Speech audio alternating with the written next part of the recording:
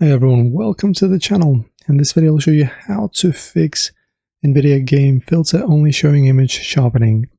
First and the most obvious fix is trying to check the game compatibility.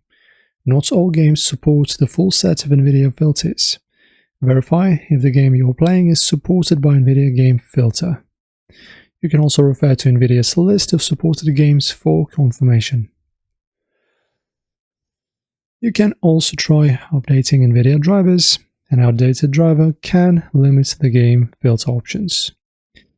Also, you can enable experimental features in GeForce Experience.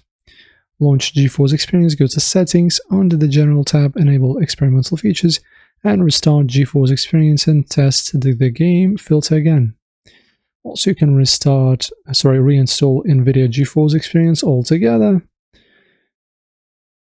Also, you can try disabling other overlays because they might interfere and conflict with NVIDIA Game Filter, limiting available options. You can also try different NVIDIA overlay settings. So navigate to Settings, In-Game Overlay and Settings, and adjust the overlay settings and ensure it's properly enabled.